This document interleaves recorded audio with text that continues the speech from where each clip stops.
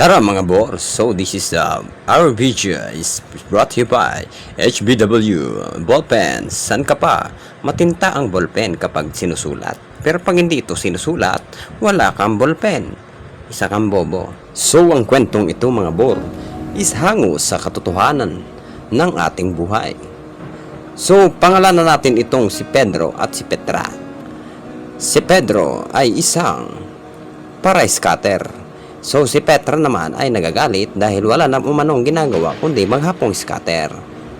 Pedro, puro ka na naman scatter. Yung mga anak natin dun walang bantay, wala pang ulam, wala pang kanin. Ano bang ginagawa mo? Lagi ka naman talo sa scatter. Ano ba yan Petra? Lagi naman ako nanalo dito ah.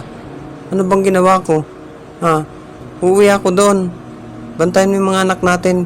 Isang scatter na lang to. Panalo sa scatter. Asan na yung rice cooker natin? Yung electric pan? Yung mga appliances natin? Yung TV? Yung rep? Binenta mo na dahil kaka-scatter mo. Ayon sa kanilang kwento, si Pedro Manoy natalo ng 1,000 na kaka-scatter.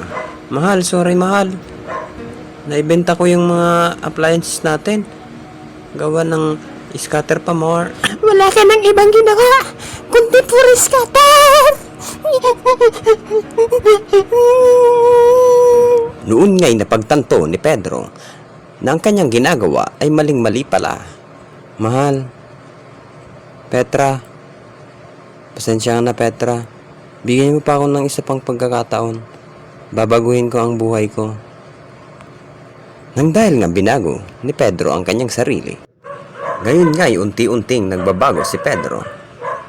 Tutunghayan natin yan sa pangalawang episode.